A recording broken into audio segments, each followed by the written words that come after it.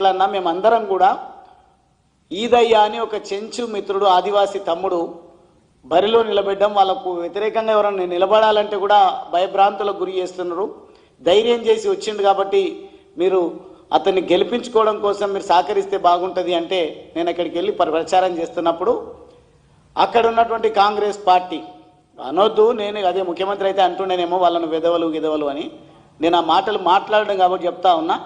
కాంగ్రెస్ పార్టీకి సంబంధించినటువంటి కొంతమంది అక్కడే నిలబడి గందరగోళం చేస్తూ ఉన్నారు.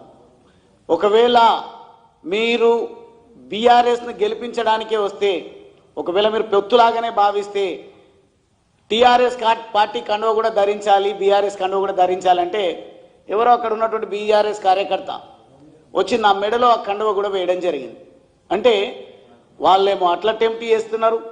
ఈ పొత్తు ధర్మాన్ని పాటించేటువంటి విషయంలో మా తమ్ముళ్ళు గ్రామంలో పార్టీ గుర్తు కానప్పటికీ పర్వాలేదన్నా ఒకసారికి ఏమవుతుంది అని వాళ్ళే ఓదార్చుకొని మాట్లాడుకొని ఒక సెకండ్ పాటు నా మెడలో ఆ కండువ కూడా వేస్తే తర్వాత నేను తీసివేయడం జరిగింది. ఎందుకంటే ఆ కండువను నేనే మోసుకపోయినా, అదే ఆ జెండాను నేనే నల్లమల్లలో నాటిన కాబట్టి పర్వాలేదు, చూసే వాళ్ళకు కూడా నేను చీత్కరించుకున్నట్టుంటే ఎబ్బెట్టుగా ఉంటుందని చెప్పేసి నేను ధరించి చెప్పడం జరిగింది.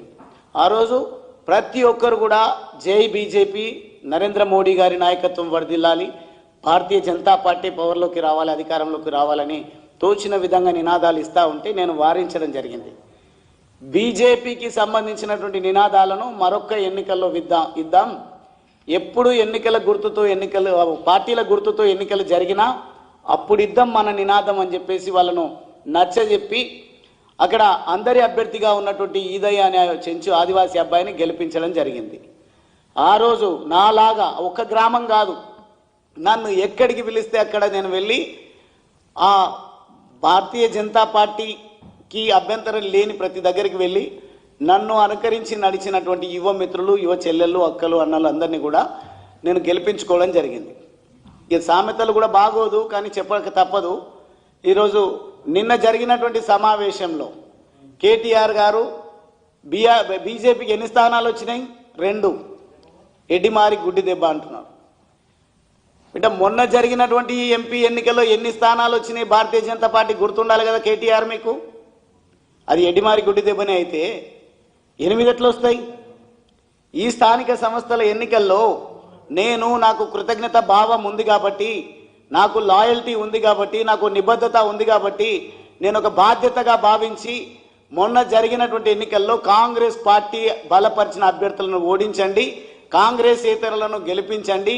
దోకాబాజీ బీఆర్ఎస్ వాళ్ళు కూడా ఎక్కడైనా ఉంటే ప్రజలకు సంబంధాలు లేకుండా ప్రజలను నెత్తిన చేయబెట్టి ప్రజాస్వామ్యాన్ని కూనీ చేసి వెన్నుపోటుదారులు ఎక్కడైనా ఉంటే వాళ్ళని ఓడించిందంటే నా మాటను వినుకున్నారు నా ఓటర్ మహాశయులు, నా అచ్చంపేట ప్రజలు. పూర్తిగా నేను ప్రేమతో బాధ్యతగా మనస్ఫూర్తిగా ప్రచారం చేసిన దగ్గర బీఆర్ఎస్ బలపరిచిన అభ్యర్థులను గెలుపొందించారు. నా నినాదాన్ని బట్టి, నేను ఇచ్చినటువంటి సందేశాన్ని, సంకేతాన్ని బట్టి మిగతా వాళ్ళను చిత్తుగా ఓడించారు. మేము 5 స్థానాలలో పోటీ చేసినాం. 2 స్థానాలలో వంగూరు మండల్ ముఖ్యమంత్రి నియోజక మండల్లో పోటీ చేస్తే ఒకటి గెలిచినాం, ఒకటి 27 ఓట్లతో ఓటమి పాలైనాం. ఇంకో దగ్గర తోడేళ్లగడ్డ అని బల్మూరు మండలంలో ఉంటుంది, అది ఎప్పటికీ కంచు కోటగానే ఉంది. అక్కడ కారణాలు ఏవైనా ఉండొచ్చు, హిందుత్వం అనుకోండి, లేదంటే ఒక క్యారెక్టరు, వ్యక్తిత్వాన్ని పెంపొందించేటువంటి శాఖ కూడా అక్కడ నడవడమో ఏదో కారణం, కానీ ఎప్పటికీ అక్కడ భారతీయ జనతా పార్టీకే ప్రజలు, ఓటర్లు అండగా ఉంటున్నారు. పోయినసారి కూడా వాళ్ళే బీజేపీ, అక్కడ నేను ఎమ్మెల్యేగా ఉన్నప్పుడు కూడా బీజేపీ సర్పంచ్గా గెలిచిండ్రు. ఇప్పుడు మా పార్టీకి కుడి ఎడమ భుజంగా ఉంటున్నటువంటి, మా సోదరుల కుడి ఎడమ భుజంగా ఉంటున్నటువంటి ఒక యువకుడిని తీసుకెళ్లి కాంగ్రెస్ పార్టీ నుంచి నిలబెట్టి బీఆర్ఎస్ కాంగ్రెస్ 2 ఒకటైనా మళ్ళీ అక్కడ తిరిగి భారతీయ జనతా పార్టీ విజయాన్ని కైవసం చేసుకోవడం జరిగింది. ఇవన్నీ కూడా ఎందుకు చెప్తానంటే మీరు ఈరోజు జబ్బలు ధరుచుకుంటా ఉన్నారు. ఎట్లొచ్చింది ఆ ఫలితం? మీరు ఒక్కరు కూడా అడిగే దిక్కే లేదు కదా. క్షేత్రస్థాయిలో ఉన్నటువంటి నాయకులను, కార్యకర్తలను మీరు సమన్వయకర్తగా నియమించినటువంటి వాళ్ళు కూడా పట్టించుకోలేదు కదా. మీరు పెంచి పోషించినటువంటి డబ్బులతోన భారీ బహిరంగ సభలకే ఉపయోగపడుతున్నారు తప్ప ప్రజలకు కావాల్సినటువంటి పోరాటాలు చేసేటువంటి విషయంలో మీరు కానీ, మీరు పెంచి పోషించినటువంటి నాయకత్వం కానీ ఎవరు కూడా క్షేత్రంలో లేరు. మళ్ళీ ఇప్పుడేమో వచ్చి సిగ్గు లేకుండా బీఆర్ఎస్ పార్టీ అసెంబ్లీ సమావేశాల్లో బీఏసీలో మాకు కూడా పవర్ పాయింట్ ప్రజెంటేషన్కు అవకాశం ఇవ్వండి అని మాట్లాడుతున్నారు. నేను చెప్తా ఉన్నా, పవర్ పాయింట్ ప్రజెంటేషన్లో శకం ముగిసింది. ఏమన్నా చూసుకోవాల్సి ఉంటే ప్రజాక్షేత్రంలోనే చూడాలి.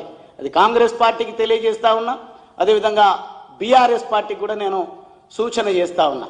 మీకు దమ్ముంటే ఇప్పుడు జరుగుతూ ఉంది, బర్నింగ్ ఇష్యూ ఒకటి జరుగుతూ ఉంది. ఈరోజు కృష్ణా గోదావరి జలాలపై చర్చ అంటున్నారు. చర్చ జరగని ఒకరోజు 2 రోజులు నామకే వాస్తే ఏదో ప్రజాధనాన్ని దుర్వినియోగం చేసి ప్రజాస్వామ్యాన్ని కూనీ చేసే విధంగా మీరు ప్రభుత్వానికి వంతబాడుతూ ఉన్నారు. ప్రభుత్వం కూడా అదే రకంగా బాధ్యత రహితంగా వ్యవహరిస్తూ ఉంది. ఈరోజు చెప్తా ఉన్నా, నేను ఒక పాలమూరు వలస కూలి బిడ్డగా తెలంగాణ ఉద్యమంలో చేరి ప్రొఫెసర్ జయశంకర్ గారు రూపొందించినటువంటి, ఎప్పటి నుంచో తెలంగాణ ఉద్యమం ఉన్నప్పటికీ టీఆర్ఎస్ పార్టీ సిద్ధాంతకర్త కూడా ప్రొఫెసర్ జయశంకర్ గారు. నేను కూడా ఒక చదువుకున్న యువకుని, ప్రొఫెసర్లు, మేధావులు, సబ్బండ వర్ణాలందరూ కూడా తెలంగాణ రాష్ట్రం రావాలంటే నాడు తెలంగాణ ఉద్యమంలో పాటుపడి తెలంగాణ రాష్ట్రం సాధించే వరకు కూడా విస్మరించకుండా నేను క్షేత్రంలో ఉన్నా. తెలంగాణ రాష్ట్రం వచ్చింది కాబట్టి, అందుకే ఒక రకంగా చెప్పాలంటే ఆత్మ పరిశీలన చేసుకున్న తర్వాత ఓ బాధ్యత కలిగిన భారత పౌరుడిగా భారతదేశం ఈరోజు ఏ నాయకత్వాన్ని కోరుకుంటుంది అనేది నిశితంగా గమనించిన తర్వాత నేను భారతీయ జనతా పార్టీలో చేరిన నాటి నుండి నేటి వరకు కూడా భారతీయ జనతా పార్టీని పెంచడం కోసం, భారతీయ భావాన్ని విస్తృతంగా ప్రజల్లోకి తీసుకుపోవడం కోసం నా వంతు ప్రయత్నం చేస్తా ఉన్నా. ఫలితం వచ్చినప్పుడు కేటీఆర్కు దిమ్మ తిరిగే విధంగా ఉంటుంది అనేది మాత్రం ఈ సందర్భంగా తెలియజేస్తా ఉన్నా. వెటకారంగా మాట్లాడుతున్నా. ఎన్ని స్థానాలు వచ్చినాయి?